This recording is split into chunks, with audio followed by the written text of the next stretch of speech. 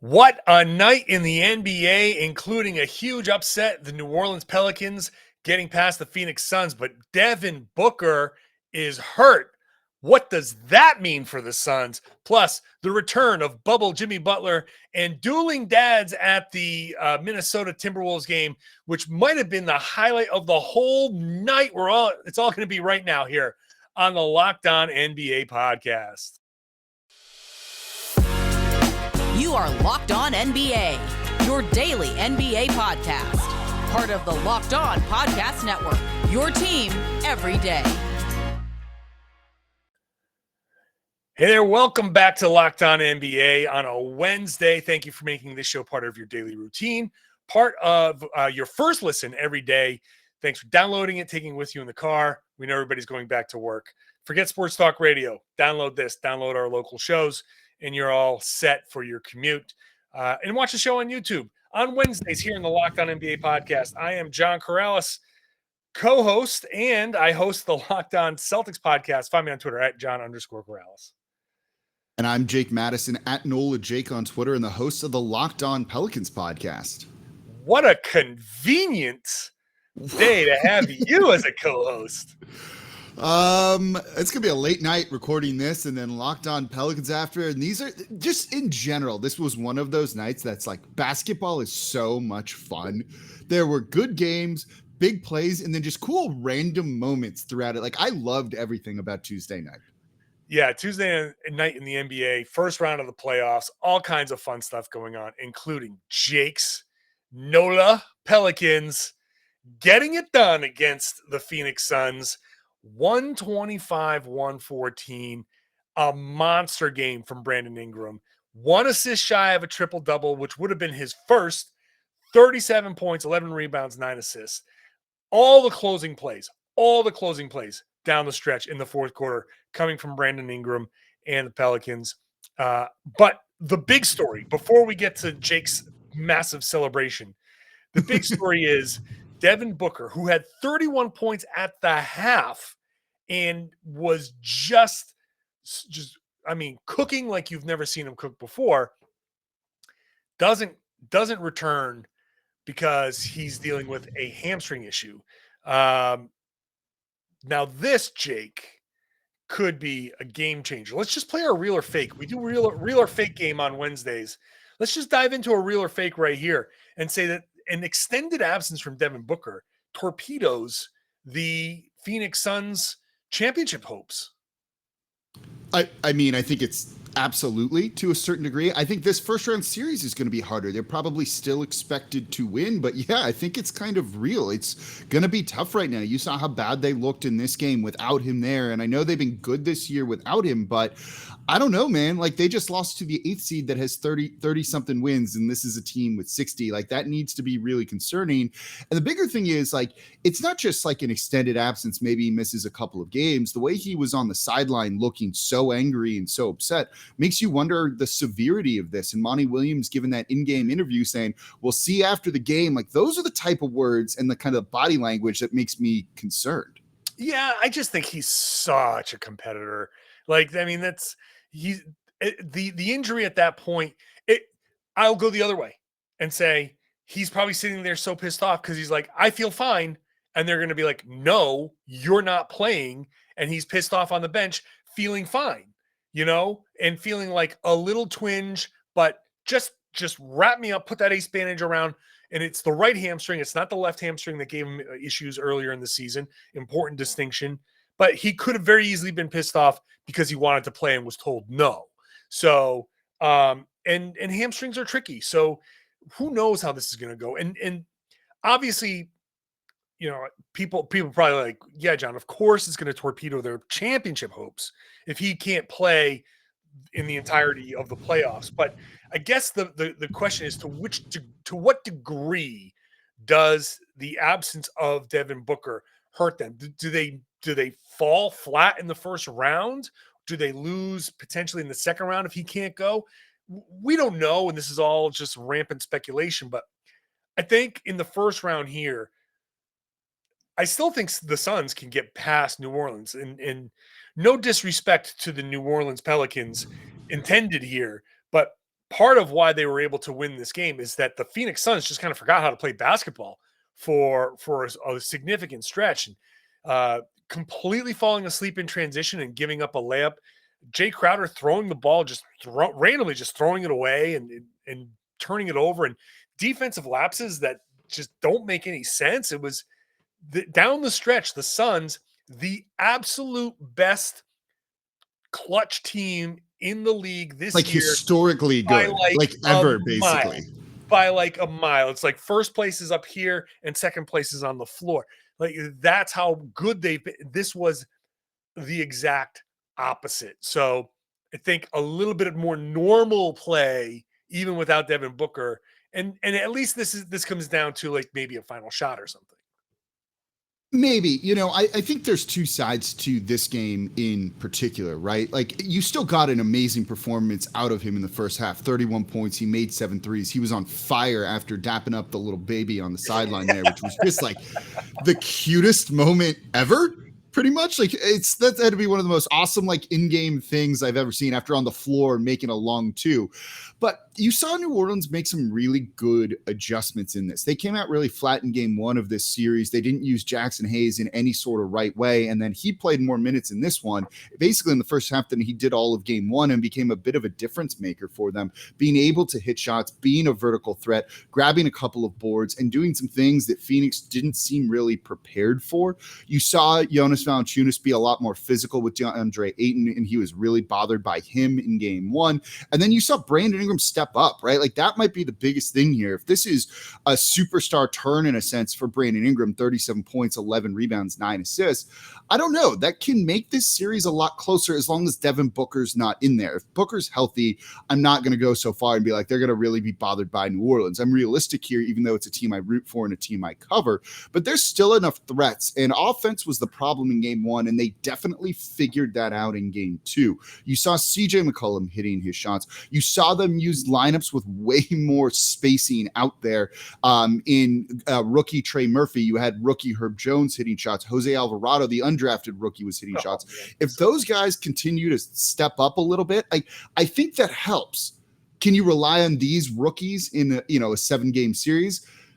I think some of them, yeah. I think Herb Jones has started all year long. I feel pretty confident in that. I think we've seen some really good moments from Trey Murphy. That might be what it really comes down to. And with 2 games in New Orleans where your role players are going to play better, I don't know. Like, I wonder if this maybe means this series is at least going to be more of a dogfight and tougher for the Phoenix Suns maybe than they were originally anticipating. Let me ask you this, though. That little baby dap, a blessing or a curse? 31 points in the first half with that, but then he doesn't return. Is that a lucky baby, man, or an unlucky baby? No, I'm all pro baby. I'm pro baby. It's you give baby a dap, and then you go out and you shoot like that. There's no bad luck. That bad luck came from somewhere else. I'll say this. First of all, I have to say Jackson Hayes had one of those, the part of a super cool exchange. Was it with Bridges, where he got blocked, yep, and he came down. Any two-handed block, the two-handed pin on the backboard, there's one of the coolest plays in basketball. Sorry, that's amazing. I will say that I think it benefits the Suns that this is a first-round series that gets drawn out. There's still a couple of days off, right, before. There's another an extra game, off. So the next game's on Friday. So now you still have that extended. I think you play it super, super careful with Booker and see, especially if you go in game 3 and the Suns say, okay, focus up. We're going to go out there. We're going to be the Suns. We're going to take home court back. And even if the Pelicans battle, even if the Pelicans take it to game 7, you still sit Booker, make sure that he's 100% ready to go. You have the luxury, I think, of sitting him for an extended time in a first-round series. But you are right that we haven't even mentioned CJ McCollum, 23 points, right, 9 assists, 8 rebounds. He almost had a triple-double himself. CJ's come over to New Orleans and played great. He's been great. And in this game, also great. He does change the dynamic for this team. And in a lot of senses, this isn't a typical 8th seed because I they agree with were a that. lot worse. They made their moves. They made a big run to get to that 8th seed. The team that they are now is better than, I think, an 8th seed finish had they been this team from the beginning of the season. Yeah, they're probably like the 6th seed, I think, if it's this team from the start of the year, right? Like with the way they played. They got off to a 1-11 start. They were 3-13. Like that is horrifically bad. Just to be in the postseason is, in a sense, incredible. But they've gone through a bit of like a metamorphosis of sorts. And you've seen Brandon Ingram really step up, not this season, not just as a scorer, but as a facilitator, right? Anytime they threw 2 guys at him in the fourth quarter, he was passing out and just creating for others. And when you have a guy doing it at that high level, look, that's kind of the guy you need to win close games down the stretch. And that's what got New Orleans the victory in this one. One final note here. Chris Paul moves to 1-13 in playoff games officiated by Scott Foster. Just goes like back to his time in New Orleans too. Like it is. I saw that and I was just like, oh man. I had to go look over at betonline.net and see what the line was, and I was like, oh, +9.5 here. I'm gonna jump on this a little bit. Yeah, man, that was funny. All right, we're gonna come back. We'll talk about Jimmy Butler. Bubble Jimmy came back for the Miami Heat, and Trey Young, 10 turnovers and complaining about the officiating. That's all coming up after we talk about Shady Rays, which is an independent sunglasses company that gives you all the features of $200 sunglasses for a fraction of the price. And that means polarized lenses, well-constructed durable frames, premium high-end finish. And if you're like Jake and you took your sunglasses off and threw them off in a fit of joy in this game and you lost them or broke them, Shady Rays doesn't care. They will send you a brand new pair no matter why you lose them. Give them a try, and if you don't love them, you pay nothing. It's as simple as that. And super cool, you want to invest in support companies that do things like this. 10 meals are donated to fight hunger in America when you shop with Shady Rays. And exclusively for our listeners, you head to shadyrays.com. Use the code LOCKEDON. You get 50% off 2 or more pairs of polarized sunglasses. That's code LOCKEDON for their best deal of the season. 50% off 2 or more pairs of Shady Rays sunglasses. Check them out. And they're backed by over 150,000 verified 5-star reviews. Thank you, as always, for checking out the Locked On NBA podcast and making it your first listen every day. You know what you should make your second listen? Jake's Locked On Pelicans podcast after that game. All of these playoff teams are very well represented, but all of the NBA teams are very well represented on the Locked On Podcast Network. Check them all out. Some are preparing for the draft. My Locked On Celtics podcast is a crossover with Locked On Nets previewing game 2. You want to get in on that, but Jake's big celebratory podcast, it's going to be on my rotation as I drive to the TD Garden. It's going to be pretty fun tomorrow. That one I think is going to be fun. Locked On Heat should be fun after Jimmy Butler went off for a playoff career high 45 points. And that includes a personal Jimmy Butler run 7-0 down the stretch there to put the Atlanta Hawks away. After a game 1 blowout, a lot tougher here for the Miami Heat, but Jimmy Butler comes in with an absolute vintage performance where, obviously the big knock on him is his shooting, but he comes out and shoots 4 of 7 from 3, gets to the line 12 times. This is Jimmy Butler raising his game in the playoffs. We were talking about it before we started the show, Jake, that Jimmy Butler kind of like, I don't want to say cruises, but at this point in his career, there's a regular season Jimmy, and here's playoff Jimmy. It's a little bit Rondo-esque right there with kind of the playoff Butler, playoff Jimmy, but this is what he does, right? And I was watching this game, watching him go on that 7-0 run, and I'm like, where does he rank on like terms of like closers in the playoffs of all the guys who are like kind of here? Like, where does he rank? We don't need to answer. That is like a whole show of debate, but like, he's got to be like, I don't put him in the top 3 maybe, but like he's hovering around there somewhat, I think, to a certain degree, because he has moments like this. And as you mentioned, the knock on him is a shooter and then 4 made threes. And it's like, if he can ever really be consistent with that, that's a guy that, in theory could lead you to a title, and it's a guy that the Heat are hoping are going to lead them to a title and not just a great regular season. So I don't know. He was fantastic in this one. If he keeps that three ball falling, basically look out, everybody. Yeah, that was and then that's going to be the question here. But for now, celebrate it in Miami, because that was a huge, and on top of that, 5 rebounds, 5 assists, the 2 steals, just an overall great night. Miami getting like 14 from Max Strus, 15 from Tyler Hero, 11 from Gabe Vincent. It's unsung heroes kind of like revolving around Jimmy Butler to get this game to get this done, because you had guys in foul trouble, like Bam Adebayo was in foul trouble. PJ Tucker was in foul trouble. He had a rough stretch in there with those and everything, and like kind of almost hurt the Heat by having him out on the court at times. And then on the other side of it, you've got Trae bouncing back from a really bad game in game 1 to shoot 50%, but only 2 of 10 from 3. He had 25 points, 7 assists, 6 rebounds, 10 turnovers. That's the big thing. And after the game, let's bring out our real or fake here. After the game, Trae complains that if Miami is allowed to play this physical without the fouls being called, then they have no chance. Atlanta has no chance. So real or fake, if the officiating doesn't start to turn in Atlanta's favor, they are done here. It's very real. It's very real, and I don't think Trey Young realizes like how damning of a quote that is, probably on him and the rest of the team. Yeah, right. Like, you just completely shot yourself in the foot with this. You completely owned yourself on this one. You know what might be better is if he elevated his level of play to not let them that Miami defense, which is switching everything on him and really harassing him out there on the perimeter with their length of a bunch of like 6'8" guys. I don't know.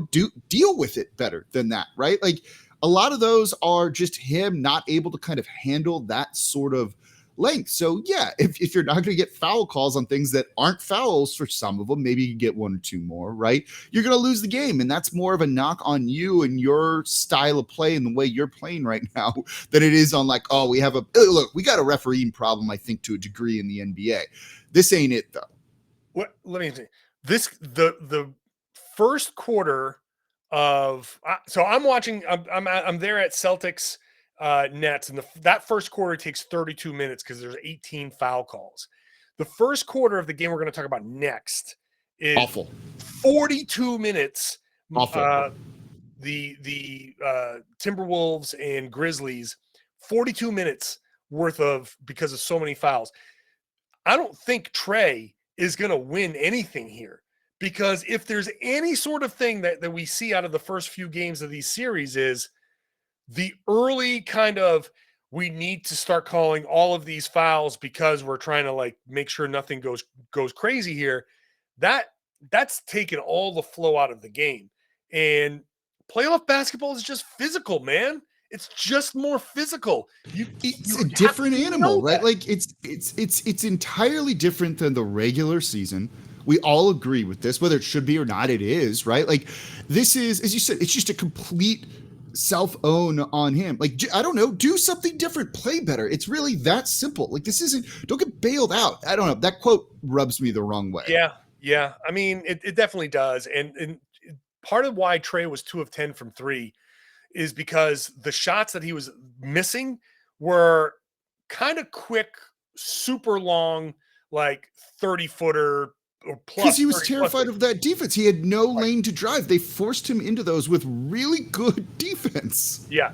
And I know Trae can make those shots. Trae can make the logo shots, but he's not in the same class as the Steph Curry, Damian Lillard. I'm afraid of their logo shots. Trae is, if he misses the first couple that he's trying, I'm kind of feeling like, okay, he's off tonight. He's like, just for me, a notch below when it comes to those logo shots. And if he's not hitting that and drawing you out further, then he's not going to get to where he wants to go. And if he's not getting the fouls, then it's just harder for him to be effective He's got to rely on those floaters. And great, he hits them. But if he's going to sit here and say, I need to get more of these foul calls, or else we're toast, then guess what? Butter it up, baby. You're toast. Yeah, I fully agree. Like that's kind of what that quote comes down to. Shout out though, before we just dump this game here, because I think Atlanta is kind of outclassed by Miami. Let me also just throw this little editorial comment in there. I'm glad that Atlanta is outclassed and maybe out in a sweep here, because after last year's playoff run, they kind of collectively said, we don't care about the regular season. I think they kind of, this is good comeuppance for them. And it's not like a long-term hate, like I hate the Hawks or hate Trey Young. They can be a really fun team. But I think as far as basketball gods are concerned, if there's any sort of consensus, it's Miami. I mean, Atlanta should be swept. They shouldn't. I was pissed that they even made that they won the play-in, because I felt like they shouldn't have been rewarded at all for their, regular season, the dismissal of the regular season. So I'm just kind of happy that they're out. I think there's like a secret story here with the Hawks from last year and how they approached this season forward, because I agree with you to a certain degree. I also think their run, and we don't need to get too deep into this, right? Last year was a little bit of fool's gold. They got matched up with the Knicks in the first round, and the Knicks were just a disaster, kind of, right? They played the 76ers in the next round, won it in 7 games with that ultimate Ben Simmons collapse. And if Ben Simmons doesn't completely fall apart, they probably don't win that series, right? Sure, that's fair. And then they take the Bucks to 6 games, like, okay, they got way further than they probably should have because of some luck and in a very, very favorable matchup in the first round. That helped them get further than they did, and then they probably think they're better than they actually are, and they came back down to earth hard this season. Yeah. So, but like I was saying before my tangent, 29 points for Bogdan Bogdanovic, who was their best player in this one. 12 of 18 shooting, 5 of 10 from 3, 3 assists, 4 rebounds. He was just really good. They got John Collins back, and he was good in this game. 13 points and 10 rebounds. There were things that they did that they can kind of say, okay, we've got something here. But Miami could also sit there and say, we didn't get a normal game from some of our guys, especially Bam. Like if Bam has just a normal Bam Adebayo game, if Kyle Lowry could shoot at all here, this game maybe is more of a blowout. So we'll see what happens there in game 3. The final game was the worst game, but still so much fun to be had in the Grizzlies win over the Timberwolves. Plenty to talk about in that one, which we will do in just a moment. First, we got to talk about Built Bar. Let me bring Jake back in here. Let's put him back in the video to talk about Built Bar. You have a new order at all? Oh, I got a couple here. I get, whenever I see the special flavors, I jump all of them. I'm in Los Angeles for work right now, and my backpack is like filled with them because they are great when I'm on the road and I just need something. I got a bunch of the coconut brownie chunks with me. Oh, nice. It's funny. When Celtics were playing the Jazz, David Locke was directly in front of me. The Jazz broadcast was literally the row in front of me. So during a commercial break, he just turns around and looks at me, and he's like chowing on a Built Bar. It's like the slow reveal, and he's just like, arr, arr. So like we're eating them. We're selling them, but we're also buying them. We're spending our own money on these things. Spending our own money on these things because they're really good, and they're, peanut butter is back. Peanut butter is back. My favorite. I'm upset that they took it away, but that was my ultimate favorite. Instead of eating a Reese's peanut butter cup, which can give you like 240 calories and a ton of sugar, I get my peanut butter Built Bar, which was like 150 calories or so. You have 4 grams of sugar, 4 net carbs, 17 grams of protein in that. Awesome. Low calorie, high protein. Great snack, great meal replacement. Great for somebody like Jake when you're traveling. you're hungry, you're running around. I know from traveling as a beat writer, having something like that you can reach into saves you from making so many poor decisions at an airport. Like sitting there with your stomach rumbling at a Hudson News is the worst feeling in the world. So it's good to have a Built Bar when you're there. All right, so go to Built.com. Check them out. Promo code is LOCK15. You get 15% off your order. But LOCK15 works every single time, so you don't have to feel the pressure to buy a ton of things and buy a bunch of different flavors. Pick a flavor that you think you like. Get a mixed box. You can use a promo code LOCK15 when you go back to stock up on the flavors that you do decide that you like. 15% off every single time, every single order at Built.com. Jake, the Minnesota Timberwolves did not do so well in this game against the Memphis Grizzlies. If you want to look at it as glass half full, you can say, hey, they got their split on the road. That's great. The downside is the loss is a 124-96 thrashing at the hands of the Memphis Grizzlies. Tons of fouls, like we said before, tons of foul trouble as a result, including Karl Anthony Towns, who continues to struggle in these big spots. 15 points, 11 rebounds, but 5 fouls for him. Anthony Edwards had 4 fouls. He was in foul trouble. He could never really get it going necessarily. He didn't shoot poorly. He just never got that chance. He only played 34 minutes in this. Never got that chance to go full Ant-Man and kind of show why he's like in that next wave of great players in the NBA. Meanwhile, on the Memphis side, you get 23 from John Morant. You get a nice balanced mix. Xavier Tillman comes in out of nowhere after playing nothing in game 1, gets 13 points.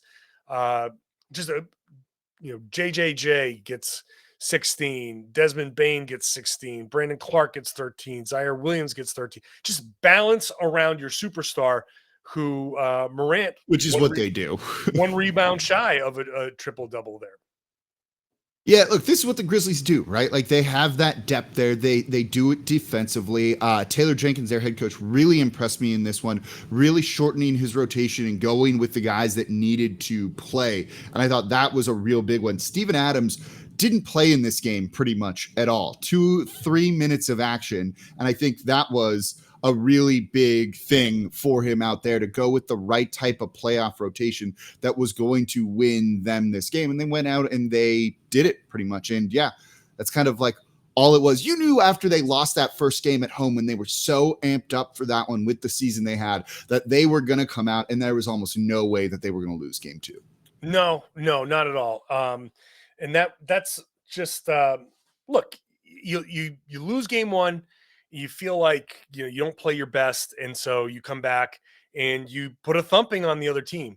Now that sends the message, and I think some of it on the other side was Minnesota thinking like, "Hey, we did what we're supposed to do."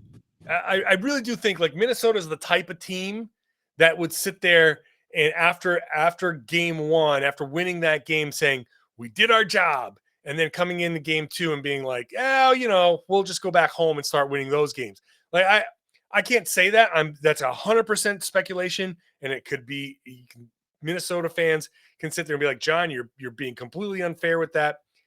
That I get, but I still feel like with this team, this is that's a type of mentality that I can see on this team. And one thing here, and we can try to fold a real or fake into this. Karl Anthony Towns, the 5th foul against Towns was an over the back call, which again, he continues to commit really terrible fouls in situations where he should be more careful. And it's just wild to me that he continues to do this.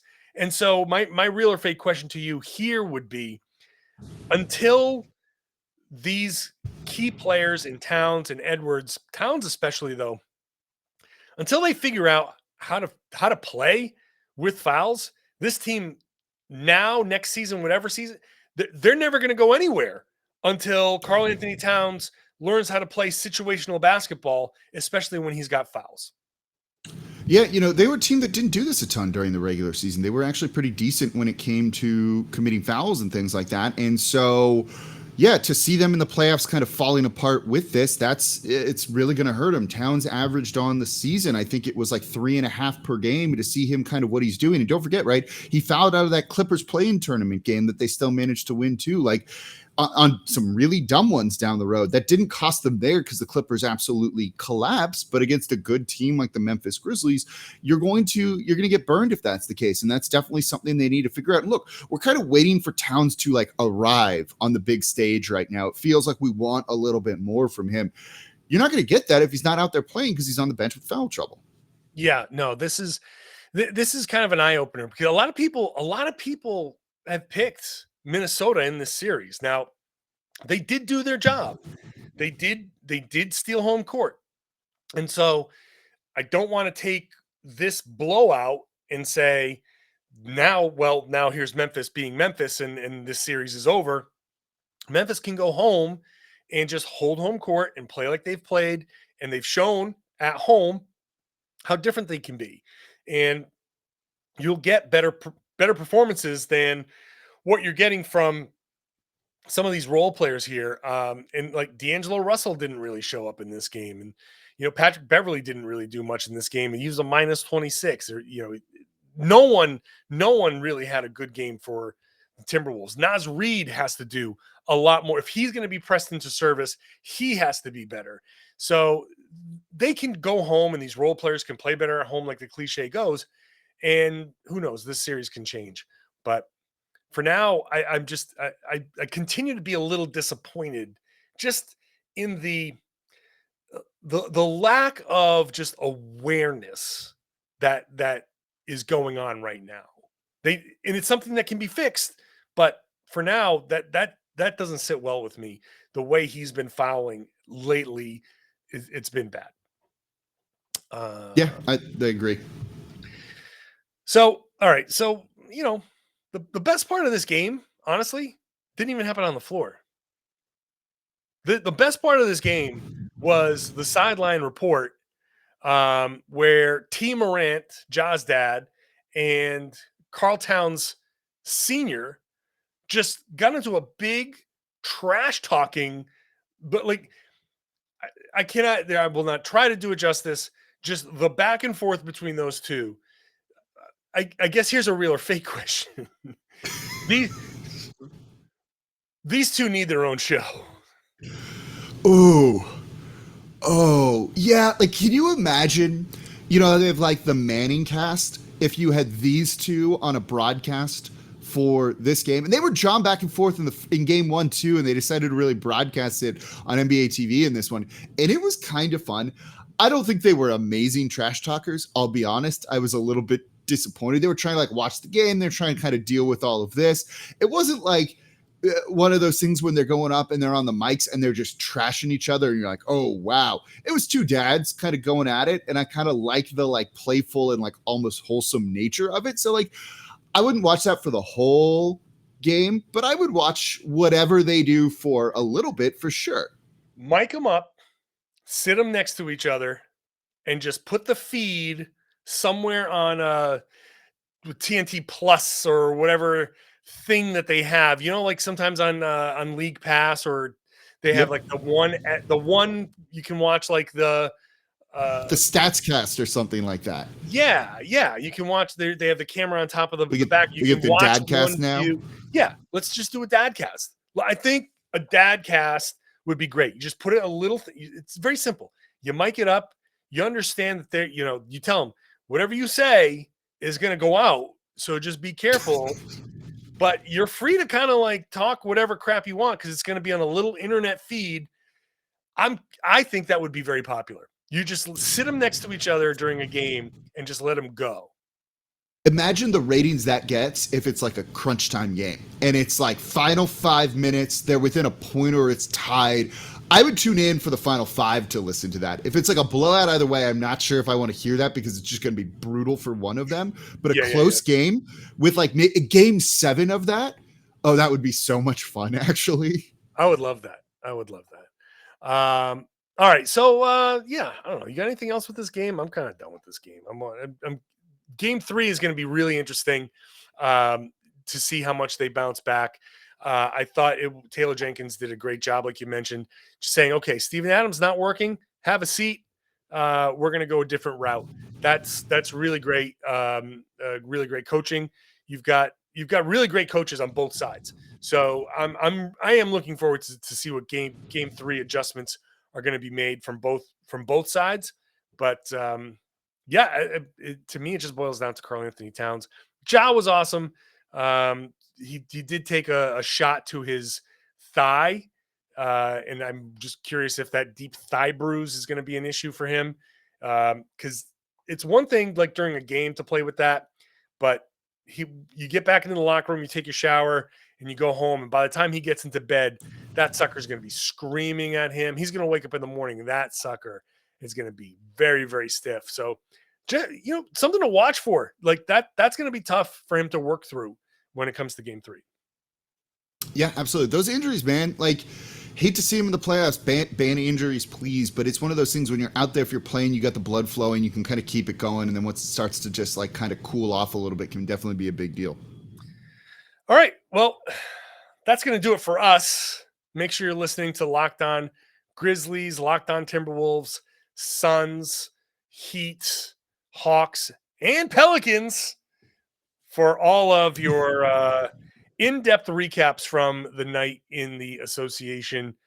Check out Locked On Now for a great recap from both sides to get each side's perspective. If you're going to get, you want to just do a quick podcast to get either side, Locked On Now is a great way to do it. All right, that's going to do it for our show. On Wednesdays, I'm one of your co-hosts. I'm John Karalis. I host the Locked On Celtics podcast. Find me on Twitter at John_Karalis. And I'm Jake Madison, host of the Locked On Pelicans podcast. You can find me on Twitter. It's at NolaJake. Thanks for subscribing wherever you get your podcasts. It's free, it's daily, and the show is on YouTube. Go subscribe on YouTube. You can watch these shows. We drop them every day, and the Locked On NBA feed has a ton of great shows on it as well. Thanks for listening. Thanks for watching. We'll catch you next time here on the Locked On NBA podcast.